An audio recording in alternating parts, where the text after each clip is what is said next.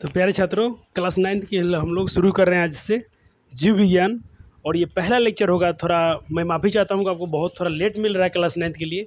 थोड़ा अभी मजबूरी समझ सकते हो, जो तुम्हारे बड़े भाई लोग हैं क्लास 10th वाले, उन लोगों का एग्ज़ाम के लिए बहुत कम समय बचता है। देखो, तुम लोग का जो फाइनल एग्ज़ाम होगा शायद मार्च लास्ट तक होता है, ठीक, या मार्च में होता है। उन लोग का फरवरी में शुरू में हो जाता है।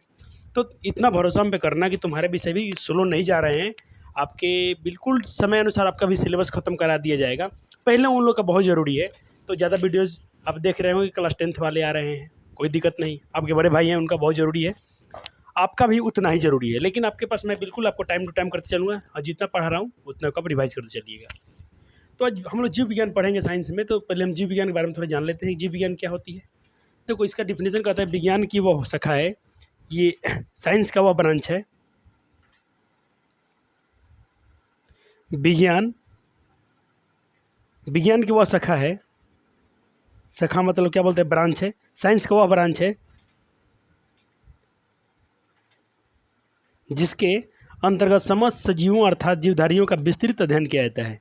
बायोलॉजी शब्द का प्रयोग सर्वप्रथम 1801 में लेमार्क ने, जो फ्रांस के थे, और ट्रेविरनस जो जर्मनी के थे, उन्होंने इसका प्रयोग किया था। जीव मतलब बायोलॉजी शब्द का प्रयोग सर्वप्रथम किसने यूज किया था? तो लेमार्क और बच्चों, क्या आपसे एग्जाम में पूछेंगे? नहीं बच्चों। फिर भी सर हम क्यों पढ़ रहे हैं? अपनी जानकारी को थोड़ा अच्छे करने के लिए। ये अच्छा, ये कभी कभी पूछ लेता है कि जीव विज्ञान का पिता कौन है? तो फादर ऑफ बायोलॉजी कौन है भाई? तो अरस्तु हैं, जिनको इंग्लिश में एरिस्टोटल लिखाता है, हिंदी में हम लोग अरस्तु कहते हैं। ठीक है। अब आप जानोगे सर कि ब्रांच जो बायोलॉजी है ये कितने भाग में बटा हुआ है? तो बायोलॉजी आपका 2 प्रकार का होता है। सर हमें कब पता चलेगा? जब बच्चों क्लास 12th में आ जाओगे, 11वीं कक्षा में जाओगे, 12वीं कक्षा में जाओगे, आपको वहाँ प्रॉपर एक मिलेगा बॉटनी और एक मिलेगा जियोलॉजी। वो भी बायोलॉजी की बुक में आएगा, लेकिन उधर आपको प्रॉपर ये दोनों विषय धीरे धीरे दिखना शुरू हो जाते हैं। उसके बाद तो ग्रेजुएशन करो तो वहाँ तो पूरा क्लियर, या तो इससे ऑनर्स करो या तो इससे ऑनर्स करो। फादर ऑफ जियोलॉजी कौन है? ये भी अरस्तु कहता है। उन्होंने अपनी पुस्तक हिस्टोरिया एनिमलियम में लगभग 500 जंतुओं का वर्णन किया है। ठीक है, दिख रहा है बच्चों? हाँ, वर्णन किया दिख रहा है। कोई वर्ड थोड़ा मध्यम है, उसको मैं थोड़ा हाईलाइट चला दूंगा। ठीक है। अब फादर ऑफ बॉटनी कौन है? तो ये थियोफ्लेटस को कहा जाता है। ये वनस्पति जन के पिता कहे जाते हैं, जिन्होंने हिस्टोरिया प्लांटरम नामक पुस्तक लिखी है। इतना आपने जाना? हाँ बच्चों, इतना जाना आपने। फादर ऑफ बॉटनी हो गया। चलो, अब देखो जीव विज्ञान का वर्गीकरण हम जानेंगे। तो इसको देखो, इसका वर्गीकरण पहले ये भी आपको पढ़ना है। कहाँ पर? इसको हम पढ़ेंगे विस्तृत। आप खाली इतना ही रहने दो। इसके नीचे थोड़ा खाली सुन लो, इसको लिखना नहीं है बच्चों, इसको लिखना नहीं है, सिर्फ समझ लो। इसको आप लोग एक चैप्टर का है डाइवर्सिटी, वहाँ पढ़ोगे कि वर्गीकरण जब पढ़ेंगे ना, तो वहाँ पर हम सब इसके बारे में पढ़ेंगे। तो आपको ध्यान ज़्यादा इसको एक चैप्टर आपको पढ़ना है। बताएं कौन सा चैप्टर? ये आपका चैप्टर है वर्गीकरण वाला। तो वहाँ पर इसको डिटेल से पढ़ना है, तो ये लिखने की जरूरत नहीं है। देखना, एक आपका चैप्टर है वर्गीकरण वाला, डाइवर्सिटी वाला, ये वाला जीव विविधता। इसमें जब पढ़ेंगे ना, तो वहाँ पर हम पूरा वर्गीकरण जब पढ़ेंगे, क्लासिफिकेशन, तो वहाँ पर इन सबको पढ़ना है। तो इसको रहने दीजिए, इतना आपको जरूरत था, इतना आपने पढ़ा। बच्चों यहाँ से कुछ नाम पूछते हैं, तो ये भी आप लिख लो, थोड़ा अच्छा रहता है। ऐसे तो हम इसको वहाँ पढ़ेंगे इस चैप्टर में, लेकिन थोड़ा सा लिख लो। किसके? देखो, साधारण नाम जैसे मनुष्य होता है, इसको हम लोग होमो स्पेनिस कहते हैं, होमो सेपिनिस स्पेनिस कहते हैं। ठीक है। मेढक का क्या नाम है? रना टिग्रिना। ठीक है। बिल्ली का ये नाम है। इसको भी हम वहाँ आपको पढ़ा देंगे, इसको भी रहने दीजिए। चलो, तो सर हम अब क्या पढ़ने वाले हैं? हम पढ़ने वाले हैं बच्चों यहाँ पर अपने चैप्टर पहला, जिसका नाम है सेल, जिससे पूरी दुनिया बनी है। सेल से ही पूरा दुनिया बना है। एंड थिंक हम लोग भी सेल से ही बने हैं, कोशिका से ही बने हैं। तो पहला चैप्टर ही अपना चालू हो जाएगा, कोशिका। चलो, तो ये क्लास 9th का होगा चैप्टर, यहाँ से शुरू। सर वो आपने जो लिखा बेसिक जानकारी थी, ज़रूरत था। चलो, यहाँ से हम करते हैं proper study. Biology, the fundamental of unit life, जीवन की मौलिक इकाई। आप पढ़ रहे हैं चैप्टर नंबर 1। ये बायोलॉजी का पहला चैप्टर है। आप साइंस में देखो तो आपको 3 बुक आती हैं, फिजिक्स, केमिस्ट्री, बायोलॉजी। तो हम लोग बायोलॉजी का पहला चैप्टर पढ़ रहे हैं। मैंने आपको एक दिन बताया था आपके किताब के हिसाब से पहला चैप्टर क्या है, देखिएगा ध्यान से। ये आपका पहला चैप्टर है जीवन। यहाँ से यहाँ तक केमिस्ट्री है, यहाँ से यहाँ तक बायोलॉजी है, फिर यहाँ से फिजिक्स आपका शुरू है।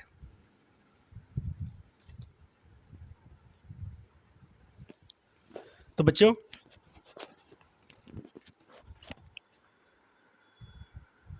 तो ये पहले लिखने से पहले आप समझो ये एक चीज़ है क्या। देखो कहते हैं कि cell is the fundamental structural and functional unit of all living organism, यानी जितने जीवित प्राणी हैं उनके मूलभूत संरचनात्मक और क्रियात्मक इकाई को कोशिका कहते हैं। सारे जीव का निर्माण जो हुआ है, यह रचना हुआ है कोशिकाओं से ही हुआ है। ठीक है बच्चों। देखो अब इसमें आपने वर्ड सुना होगा फंडामेंटल, यानी मूलभूत। देखो मूलभूत हम क्यों बोलते हैं, देखो हमारा जो शरीर चल रहा है ना, जितने शरीर अंग दिख रहे हैं सारे एक फंडामेंटल स्ट्रक्चर ही है, उससे बने हैं। और स्ट्रक्चरल मतलब देखो उनकी बनावट जो है, और फंक्शनल वो सारे काम करते हैं, यानी जिस कोशिका जो है ना उससे सारा चीज़ बना है। और सारे कोशिका क्या छोटे छोटे हैं, फिर भी वो क्या करते हैं, यूनिट छोटे छोटे तो हैं लेकिन काम करते हैं, तभी हम लोग जीवित हैं, सारे जीवित शरीरों में है। ठीक है, हिंदी में लिख दिया हूँ, कोशिका के सभी आपने पढ़ लिया। फंडामेंटल कहने क्या होता है, मूलभूत इकाई। अब चलो इसको जानने से पहले आपको जानना पड़ेगा एक क्या बोलते हैं लेयर, लिविंग ऐसी हम उसको लेयर ऐसी बोलते हैं, लेवल बोलते हैं। तो देखो पहले बना होगा सेल, थोड़ा अपने बारे में पढ़ते हैं। मान लो सेल से और बहुत सारा सेल मिलकर बनता है टिश्यू, बहुत सारे टिश्यू मिलकर बनते हैं अर्गन, और बहुत सारे अर्गन मिलकर बन जाते हैं अर्गन सिस्टम, और अर्गन सिस्टम से एक बार बन जाते हैं हमारे तरह ऑर्गेनिज्म। हमारे तरह नहीं, कुछ भी कुत्ता बिल्ली भैंस कुछ भी जीव देखते हैं ना, तो पहले उनका निर्माण सेल से हुआ है। बहुत सारे सेल से उनमें टिश्यू बनना शुरू हुआ, बहुत सारे टिश्यू मिलके अंग बनना शुरू हो गए, जैसे हाथ कान नाक दांत लीवर, ठीक है, किडनी, सब बनना शुरू हो जाते हैं, सारे के सारे बनते हैं ये। अब थोड़ा इंट्रोडक्शन देख लो बायोलॉजी के बारे में। जैसे देखो बायोलॉजी में एक पढ़ते हैं आप, जैसे हम लोग एक पढ़ते हैं बायोकेमिकल जो जैव रसायन कहलाता है, और एक हम लोग पढ़ते हैं फिजियोलॉजिकल जिसे हम लोग और इसमें देखो, और बायोकेमिकल हम लोग क्या पढ़ते हैं, शारीरिक जेनेटिक और अनुवांशिक के रूप में पढ़ते हैं। जेनेटिक के पढ़ते हैं, यानी जेनेटिक का ही इंग्लिश नाम क्या है, अनुवांशिक है। और इसमें हम लोग क्या पढ़ते हैं, मेटाबॉलिक कहने होता है चपाए चयापचय। ठीक है, देखो अब थोड़ा इनके बारे में डिटेल्स में बताता हूँ। यहाँ पर सारी शारीरिक जितने हमारे शरीर में केमिकल रिएक्शन होता है, यहाँ रिएक्शन में शॉर्ट में लिखा हूँ RX पाउंड में लिखा है, इसका मतलब होता है रिएक्शन। क्या होता है, रिएक्शन। जितने रिएक्शन होता है शरीर में खतक ऊपर से नीचे तक, मतलब हमारे सर से लेकर हमारे घुटने पे नाखून तक, घुटने के जो उंगली है वहाँ तक सबको जोड़ दिया जाए तो क्या बन जाता है, मेटाबॉलिज्म बन जाता है, यानी उपापचय बन जाते हैं। ठीक है, उपापचय कहलाता है। अब देखो, और सारे रिएक्शन सेल के अंदर होती है। सारे रिएक्शन कहाँ होती है, ये सेल के अंदर होती है। सेल मतलब क्या, जैसे मान लो ये सेल हो गया, दुनिया में जितने रिएक्शन होते हैं सारे सेल में, यहाँ तक हम लोग जो जनन होता है ना हम लोग का, जो जब हम लोग पहले क्या था, हम लोग के पास मान लो कि मेल गेमेट फीमेल गेमेट जाके मिलते हैं, रिएक्शन करते हैं, फर्टिलाइजेशन होता है, सारा रिएक्शन सेल के ही अंदर होता है। अब पता नहीं इतनी छोटी सी सेल होता है, बहुत छोटा होता है, उसके अंदर इतनी सारी रिएक्शन होते हैं। हाँ बच्चों, होता है।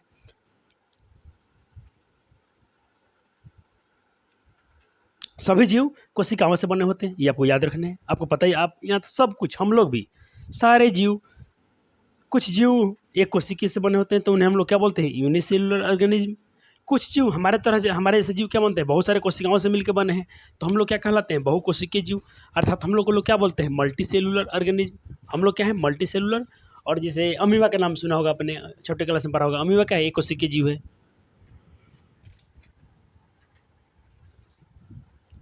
तो हम लोग क्या कहलाते हैं, मल्टी सेलुलर ऑर्गेनिज्म कहलाते हैं।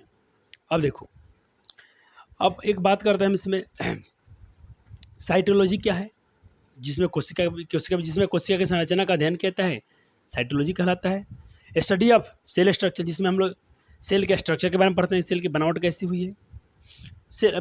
सेल बायोलॉजी यानी कोशिका विज्ञान, जिसमें कोशिका का संरचनात्मक और क्रियात्मक अध्ययन किया जाता है। स्ट्रक्चरल एंड फंक्शनल यूनिट कैसे काम करता है, इसके बारे में हम पढ़ते हैं।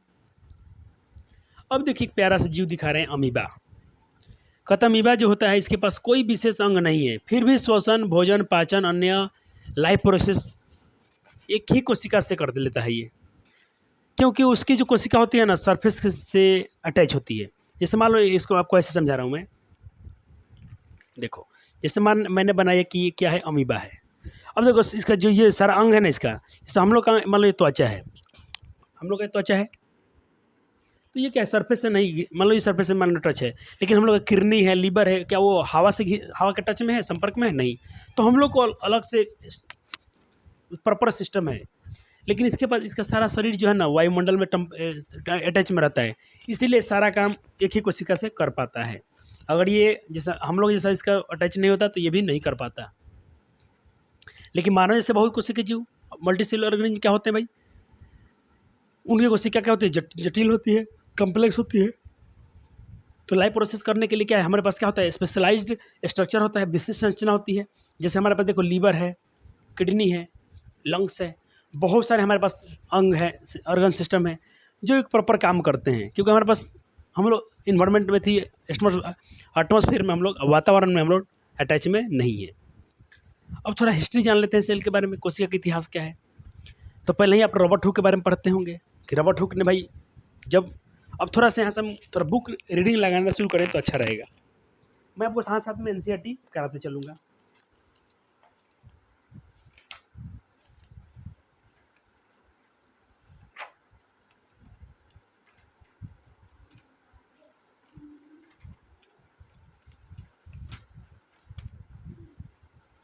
चलो बच्चों, अब मैं यहाँ से आपका शुरू होता है chapter the fundamental unit of life, जीवन की मौलिक इकाई।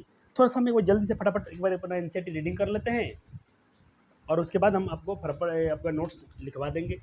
नोट्स आपके लिए ही बनवाया हूँ, आपके लिए ही बनाया गया है, मैंने खुद अपने हाथ से बनाया है। और ये टॉपर लोग का नोट्स है। आप पढ़ते हो, अच्छे से ध्यान करते हो तो बिल्कुल तुम टॉपर बनोगे। देखो कहते हैं कि कर की पतली काट का अवलोकन करने पर रॉबर्ट हुक ने पाया उनमें अनेक छोटे छोटे क्या थे, चेम्बर थे। चेम्बर मतलब प्रकोष्ठ थे, जिसकी संरचना क्या थी, मधुमक्खी की छत्ते जैसी मालूम पड़ रही थी। कर्क एक पदार्थ है जो वृक्ष की छाल से प्राप्त होता है।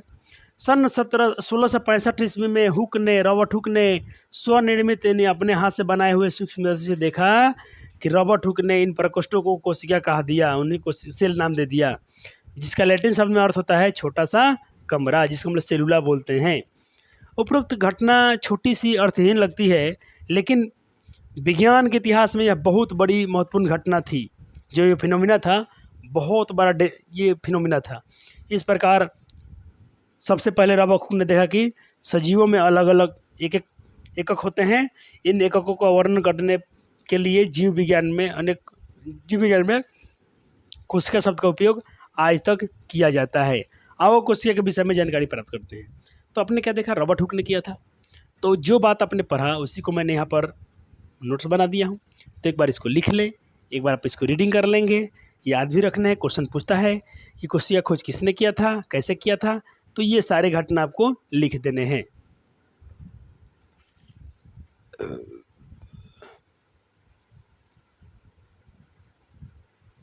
ठीक है बच्चों, चलो अब देखो माइक्रोग्राफिया में जो उनका ये बुक था माइक्रोग्राफिया, उसमें उन्होंने उसको पब्लिश किया था।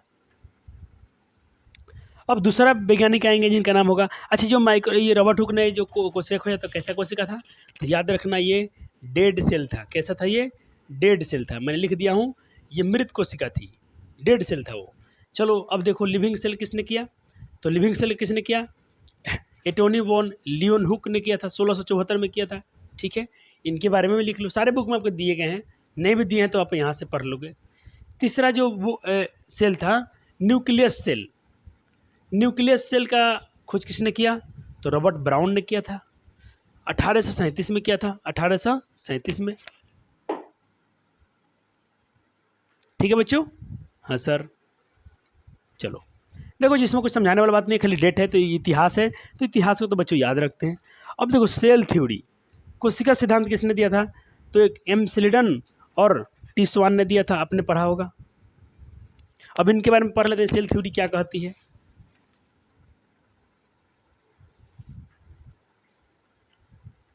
तो देखो ये जो अब इसमें दो वैज्ञानिक थे, एम स्लिडन जो थे उन्होंने प्लांट स्टडी किया था, प्लांट्स के बारे में स्टडी किया था, प्लांट्स पर स्टडी किया था, वो जर्मन के थे।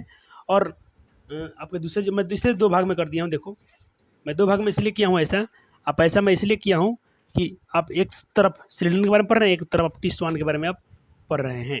तो इधर जितनी जानकारी है सिलिंडर के बारे में है, सिलिंडर के बारे में है, इधर वाला जितना है स्वान के बारे में है, इसलिए मैं इसको 2 भागों में बांट दिया हूँ। तो सिलिंडर ने कैसे किया था, प्लांट स्टडी किया था, और एनिमल के कितने स्टडी किया था, तो स्वान ने किया था, टी-स्वान ने। एक जर्मनी के थे, एक ब्रिटिश के थे। अब चलते हैं, अब मार्टिन सिलिडन जिनका पूरा नाम क्या है, सिलिडन का पूरा नाम क्या है, मार्टिन सिलिडन। चलिए यहाँ पर लिख दिया हूँ, उन्होंने पौधे के बारे में स्टडी किया था। अब देखो, अब जो स्वान थे, टी-स्वान, जो टी-स्वान का पूरा नाम क्या है, थियोडर स्वान, ठीक है, पूरा नाम है। इन्होंने जंतु कोशिका के बारे में अध्ययन किया था, और उन्होंने क्या पाया, कोशिका की पतली बाहर परत होती है जिसे उन्होंने उन्होंने उसे प्लाज्मा मेम्ब्रेन कह दिया, यानी प्लाज्मा झिल्ली कह दिया उन्होंने। ठीक है बच्चों, चलो सर अब देखो, अब दोनों के बारे में थोड़ा पढ़ते हैं। पादप उत्तकों का अध्ययन करने के आधार पर उन्होंने निष्कर्ष निकाला, सिल्डन ने, कि सेल वाल जो की उपस्थिति में पादप कोशिका यानी प्लांट सेल की एक यूनिक कैरेक्टर यानी विशेषता होती है। स्वान ने इनके आधार पर उन्होंने परिकल्पना प्रस्तावित की, एनिमल एंड प्लांट के शरीर में कोशिकाओं के प्रोडक्ट से बनी होती है। उन्होंने कह दिया कि जितने सारे एक कोशिकाओं के प्रोडक्ट से ही सारी चीज़ें बनी हुई हैं, स्वान ने कहा, टी-स्वान ने। अब सेल थ्योरी क्या है, सेल थ्योरी आप याद रखिएगा, पौधे तन्नों तथा जंतुओं की कोशिका से बने होते हैं और कोशिका जीवन की मूलभूत इकाई है। ये याद रखना सेल थ्योरी, ठीक है बच्चों, कोशिका सिद्धांत आपको याद रखने हैं। अब देखो, यह सेल थ्योरी कोशिका, ये सेल थ्योरी कोशिका से उत्पन्न हुई बताने, और कोशिका कहा, सेल थ्योरी कोशिका से कहा कि उत्पन्न हुई बताने में सक्षम, कोशिका से ही सब कुछ उत्पन्न हुई है बताने में सेल थ्योरी क्या हो गई, सक्षम नहीं थी। सेल थ्योरी कोशिका कहाँ से उत्पन्न हुई है इसको बताने में सक्षम नहीं हुई, इसे लाए कैसे बने, इसको बताने में सेल थ्योरी क्या हुई, नाकामयाब रह गई। तो एक नया सेल थ्योरी आया, न्यू सेल थ्योरी आया, जिसे विर्चो ने दिया था, पेश किया था।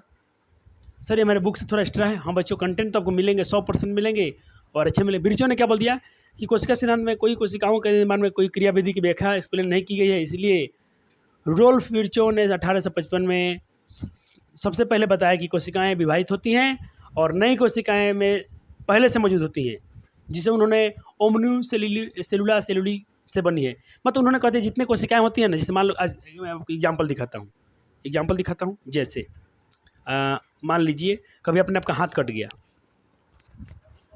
कभी आपने देखना, कभी स्किन देखिए, जिससे मैं दिखा रहा हूँ, अच्छा मेरे आप हाथ पे दिख रहे होंगे थोड़ा सा, ये मेरे स्किन देखो निकल रहे हैं, और ये मान लो यहाँ से निकल जाएंगे तो क्या ये इधर नया स्किन नहीं आएगा, फिर से आएगा, तो क्या नया कोशिका बनेगा? नहीं, जो कोशिका डेड सेल हुआ था ना उसी से फिर से बनेगा।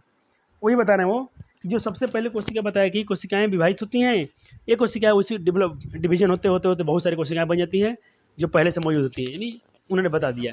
यानी कोशिका कहाँ से उत्पन्न है, उन्होंने सेल्फ कर दिया।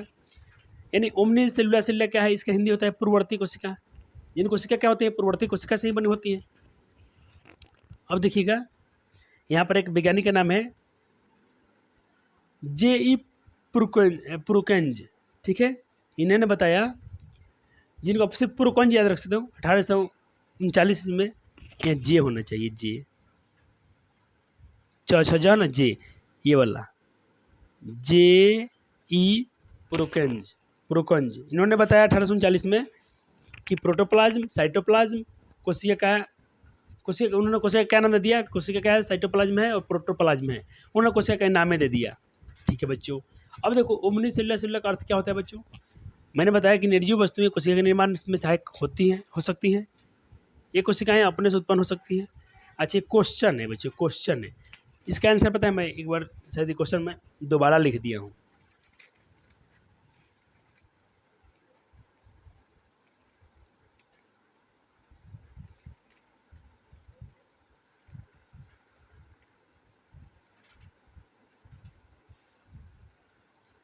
ये वाला, ये क्वेश्चन दोबारा लिखा गया है। तो देखो इसमें क्या है, कोशिका अपने आप उत्पन्न होती है, नहीं, नई कोशिकाएं पहले से मौजूद कोशिकाओं से उत्पन्न होती हैं, ये बात सही है। जो नई कोशिका होती है ना, पहले से मौजूद कोशिकाओं से उत्पन्न होती है, एक निर्जीव कोशिका उत्पन्न करती नहीं, तो इसका आंसर ही होगा, बी वाला आंसर हो जाएगा। तो ये क्वेश्चन यहाँ भी लिखा गया बच्चों, तो इसका आंसर क्या होगा? निर्जीव, ये तो गलत है, ये गलत है। नई कोशिका पहले से मौजूद नहीं, पूर्ववर्ती, इसी का मतलब होता है ओमनी सेलुला सेलुला। ओमनी सेलुला सेलुली, क्या है इसका नाम? ओमनी सेलुला ई सेलुला। इसका अर्थ मतलब होती है कि पूर्ववर्ती, इसका हिंदी क्या होता है? पूर्ववर्ती कोशिका। ठीक है, चलो अब बिरचो ने क्या प्रस्तावित किया बच्चों? बिरचो ने एक मॉडिफाइड सेल थ्योरी का किया, प्रस्तुत किया। इसके कुछ डिस्कशन है, लिख लीजिएगा। सभी कोशिका एक से अधिक कोशिकाओं से बने होते हैं। सभी सजीव एक से अधिक कोशिकाओं से बने होते हैं। कोशिका जीवन की संरचनात्मक और क्रियात्मक, कोशिका जीवन की यानी फंडामेंटल और स्ट्रक्चरल यूनिट ऑफ लाइफ है।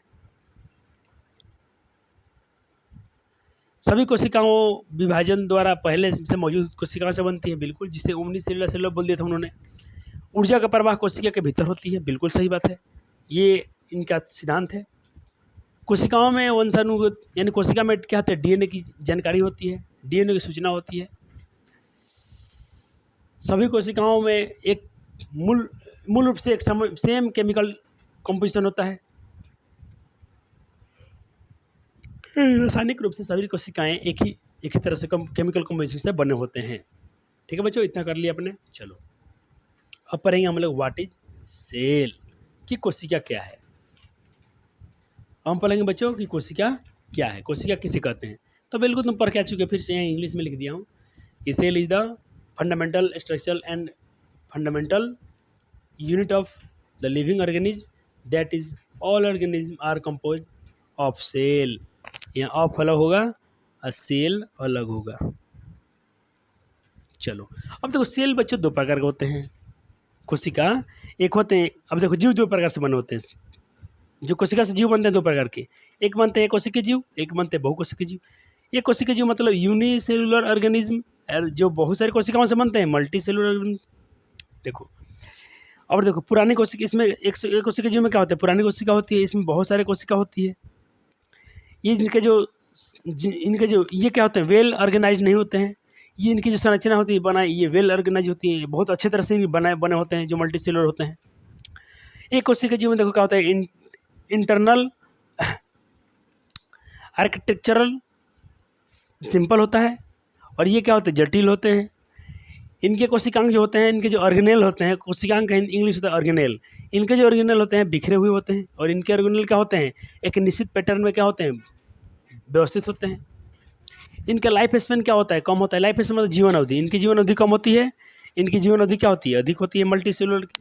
तो ये एक कोशिकीय और बहुकोशिकीय जीव में कभी अंतर पूछे तो बिल्कुल आप इसको चिपका देना, आपके क्या हो जाएंगे? सही सही आंसर हो जाएंगे। चलो बच्चों, ये क्वेश्चन तो जस्ट मैंने कर लिया था।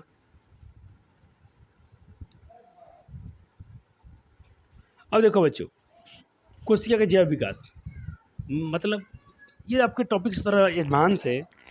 जैव विकास का हिंदी होता है, इंग्लिश होता है इवोल्यूशन। ये कोशिका कैसे बना?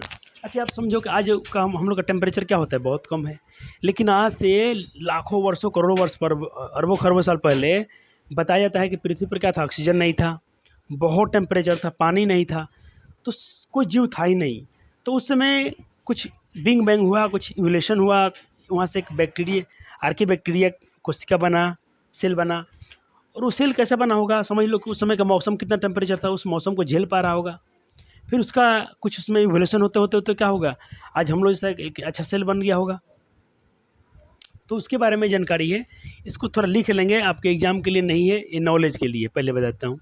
चलो अब हाँ, ये ज़रूरी है, सेल का साइज और शेप पढ़ना है ज़रूरी। तो देखो हम साइज पढ़ते हैं। देखो हर सेल का शेप, साइज, सब कुछ क्या होता है? नंबर अलग होता है। अगर एक सेल का नंबर 1 है तो यूनिसेलुलर, सेल का नंबर 1 से अधिक है किसी ऑर्गेनिज्म में तो क्या है? Multi cellular organism. साइज अलग और शेप अलग होते हैं, यानी उनका बनावट, आकृति और आकार क्या होता है? बड़ा होता है। जैसे एक आरबीसी आपने नाम सुना होगा, रेड ब्लड कर्पसेल, इसका हिंदी क्या होता है? रेड ब्लड सेल, यानी लाल रक्त कोशिका जो हम लोग होता है, उसका जो साइज होता है 7 से 8 माइक्रोमीटर। यू ऐसा लिखना है, यू ऐसा लिखना है, माइक्रोमीटर, 7 से 8 माइक्रोमीटर इसका साइज होता है। वहीं पर एक छोटी कोशिका का हम बात कर लेते हैं। सबसे छोटी कोशिका, सबसे स्मॉलेस्ट कोशिका क्या होती है?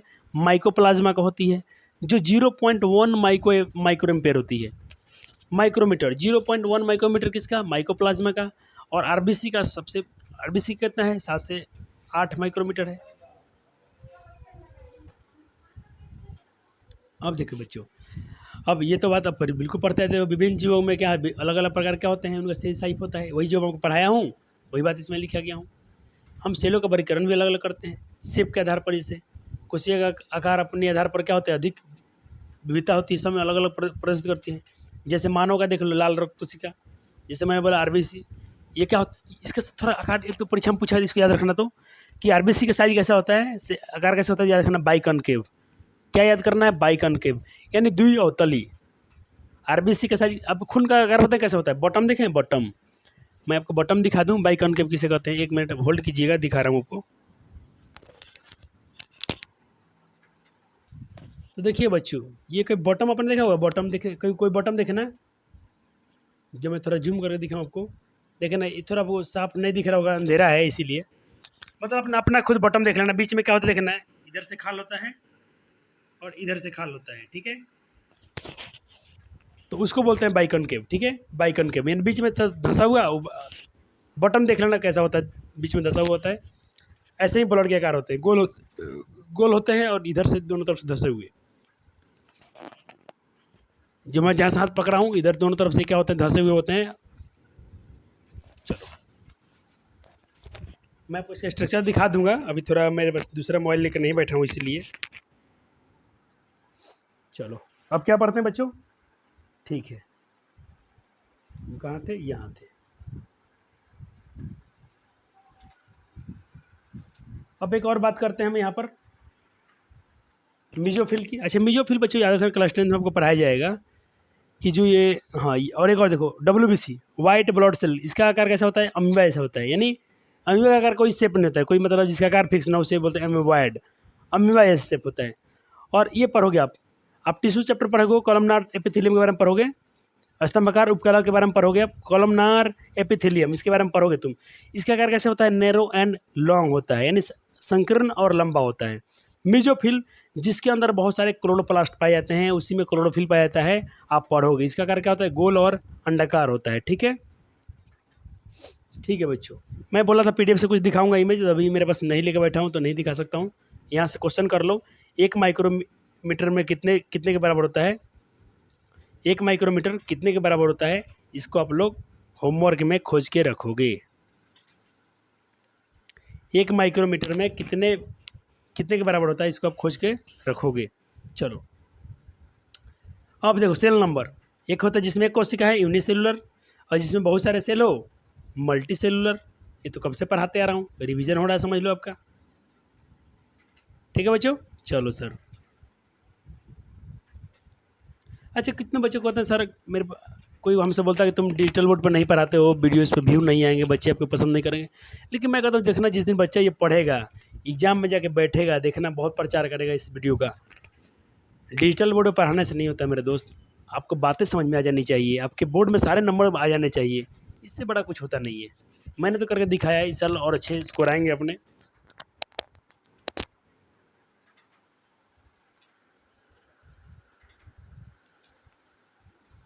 चलो अब देखो, हम अब बात करेंगे कोशिका के प्रकार। 2 प्रकार के होते हैं कोशिका, एक होता है यूकैरियोटिक और एक होते हैं प्रोकैरियोटिक। तो पहले हम पढ़ लेते हैं यूकैरियोटिक के बारे में। यूकैरियोटिक क्या होता है, यू मतलब नया होता है, याद रखना। तो जिनको देखो NCERT क्या कहती है आपकी, अब देखो थोड़ा मैं क्या क्या मैं आपको कुछ टॉपिक छोड़ रहा हूँ जो कल कवर कराऊंगा अगले लेक्चर में, अभी तो पढ़ाऊंगा। अभी देखना इसका रचना क्या है। अब अपना ये पढ़ना NCERT, अब आपको बातें बहुत समझ में आएंगी, ठीक है। ये प्लाज्मा झिल्ली क्या है, किससे किससे बने, सारे पेज को जरूर पढ़ना तुम, ठीक है। मैं आपको यहाँ पढ़ा रहा हूँ, बता दूँ मैं आपको कहाँ पढ़ा रहा हूँ कि आपको थोड़ा अच्छा समझ में आएगा ज़्यादा। मैं आपको यहाँ लेके आ गया हूँ डायरेक्ट। यूकैरियोटिक कोशिका कहते हैं कि जिन जीवों में कोशिकाओं के में केंद्रक झिल्ली होता है उसे उन्हें यूकैरियोटिक कहते हैं। और प्रोकैरियोटिक किसे कहते हैं, कहते हैं कि भाई जिनमें ये नहीं होता है, कहता कि ऐसे ये इधर केंद्रक नहीं होता है, देखो कहता क्योंकि इसमें केंद्रक झिल्ली नहीं होता है, अस्पष्ट केंद्रक क्षेत्र केवल क्रोमेटिन पदार्थ होता है, इसमें केंद्रकाय कहते हैं। ऐसे जिन कोशिकाओं में केंद्रक झिल्ली नहीं होता है उन्हें प्रोकैरियोट, यानी प्रो मतलब जो पूर्ववर्ती कोशिका समझ लो, जो ओल्ड सेल है ना, जो कोशिका पुरानी थी उसी को बोलते हैं प्रोकैरियोटिक, पुरानी को, जो पुराना था। तो एक बार अपना बुक पढ़ना पूरा, बहुत 2 पेज का है, तो पेज नंबर आप 70-71 जरूर पढ़ना, आपको बहुत समझ में आ जाएगा। पेज नंबर 69 आपको होमवर्क में बताएं कहाँ तक पढ़ के आना है। जब पढ़ के आएंगे ना आपको बहुत समझ में आएगा अच्छी तरह से। तो इसमें बता दिया हूँ कि ये क्या है, बहुत ईजी है, इसमें आपको डरना की ज़रूरत नहीं है। प्रोकैरियोटिक में मैंने क्या बताया, इसमें आपको बुक में भी लिखा गया था कि इसमें क्या होता है। पहले तो इसका हिंदी होता है कि भाई ये पुरानी चीज़ है, और इसमें कोशिका, प्रोकैरियोटिक में कोशिका के भीतर एक क्षेत्र होता है जिसे क्या कहते हैं, न्यूक्लियड, यानी केंद्रकाय कहते हैं। न्यूक्लियड का हिंदी क्या होता है, केंद्रकाय। इसको आप इंग्लिश हिंदी में कह सकते हो केंद्रकाय, ठीक है। जो भी पढ़ के मैंने आपको जस्ट दिखा दिया थोड़ी देर पहले कि उसे हम लोग केंद्रकाय कहते हैं, ठीक है।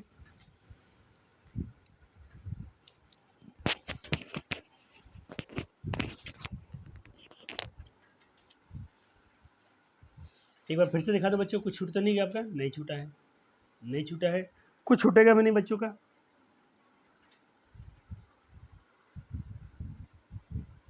तो देखो यहाँ पर लिखा था, ऐसे जीवन कोशिकाओं में केंद्रक झिल्ली नहीं होता है। बात साहब, अगर आप यूकैरियोटिक में प्रोकैरियोटिक में अंतर याद रखना है, सिर्फ इतना रखना कि प्रोकैरियोटिक में केंद्रक झिल्ली नहीं होती है और उसमें केंद्रक झिल्ली होती है। प्रोकैरियोटिक क्या है, पुराना कोशिका होता है, पूर्ववर्ती कोशिका से बनता है। ये क्या है, न्यू होते हैं, नए होते हैं, ठीक है। ऐसे बहुत जानकारी इसमें लिख दिया हूँ, आपके बुक में बहुत अच्छा खासा दिया जानकारी। एक बार पढ़ना एनसीईआरटी, मजा आ जाएगा आपको। चलो, अब माइक्रोस्कोप तो भाई आप समझते हो, सूक्ष्मदर्शी को बोलते हैं, जिससे छोटी छोटी वस्तुओं को देखा जाता है बड़ा करके। मान लो कोई चीज़ आप आँख से नहीं दिखता है तो उसको हम लोग यहाँ से देखते हैं। अब चलो, यूकैरियोटिक में और प्रोकैरियोटिक में आपसे बुक अंतर पूछा है, तो पहले उसको भी करा दूँ आपको। आपको इसका अंतर करने से पहले ये भरना था, अपने कॉपी में नोट करना है। तो पहले इसे करने से पहले आपको कितने पेज पढ़ लेना है। पहले आपको पेज नंबर, मैं आपको होमवर्क बता रहा हूँ, पेज नंबर 61, 64, 65, 66, 67, 68, 69, 70, 70 पेज तक, 66 से 70, 4 पेज आपको, 2 पेज पढ़ लेना है पूरा, दोनों तरफ से पढ़ लेने के बाद एक क्वेश्चन का आंसर इसमें करना, खुद कर पाओगे। ऐसे मैंने इसमें भर दिया है। तो प्रोकैरियोटिक और यूकैरियोटिक कोशिका में अंतर बहुत क्वेश्चन पूछता है, तो दोनों का आपको लिख लेना, जहाँ भरना था मैं भर दिया हूँ। बस इसमें इतना ही था इस लेक्चर में। और जो 2 क्वेश्चन था आपको एनसीईआरटी जो पूछ के रखी थी, ये वाला, ये दोनों क्वेश्चन का आंसर ही मैं करा देता हूँ। एक तो खुद से आप कर लेंगे, क्वेश्चन खोज किसने की और कैसे की थी, रॉबर्ट हुक वाला कहानी पूरा लिख देना। और दूसरा जो क्वेश्चन था इसमें, कोशिका जीवन की संरचनात्मक क्रियात्मक इकाई है, क्यों माना जाता है, तो इसका आंसर यहाँ है। इसका आंसर आप लिख लोगे ना भाई, नोट्स में है, नोट्स में से लिख लेना, यहाँ पर नोट्स में है, मैं बताया तभी एक बार फिर से, यहाँ है, यहाँ से लिख लेना, पूरा इसमें जानकारी दिया गया है। और दूसरे नंबर क्वेश्चन, तो ये भी क्वेश्चन का आंसर हो गया, ये भी हो गया। अब मैं टेस्ट लूँगा अगले वीडियो में, देखूँगा कौन बच्चे कितना पढ़ के आते हैं। तो बायोलॉजी शुरू नहीं होता बच्चों, तो ये लेक्चर्स कम नहीं है, 4-5 पेज आपको पढ़ाए गए, जो बहुत बेसिक था, मज़ा इसमें अब आएगा। और ये चैप्टर तो जरूरी है, ये हर कितने भी आप क्लास 11th में चल जाओ, 12th में चल जाओ, ये चैप्टर से तो सेल पे ही पूरा साइंस चलता है। तो कोशिका के बारे में पढ़ना तो बहुत ज़रूरी था ही। मैंने पूरा इतिहास पढ़ाया, जीव विज्ञान किसे कहते हैं उसको बताया, तो डरने की ज़रूरत है नहीं। तो इस वीडियो में बच्चों इतना ही, मिलेंगे अगले लेक्चर में, तब तक के लिए थैंक्स, धन्यवाद। वीडियो देखने के लिए, पसंद आया हो तो लाइक और कमेंट ज़रूर कर देना, मुझे आपके लाइक और कमेंट का इंतज़ार रहेगा। शुक्रिया।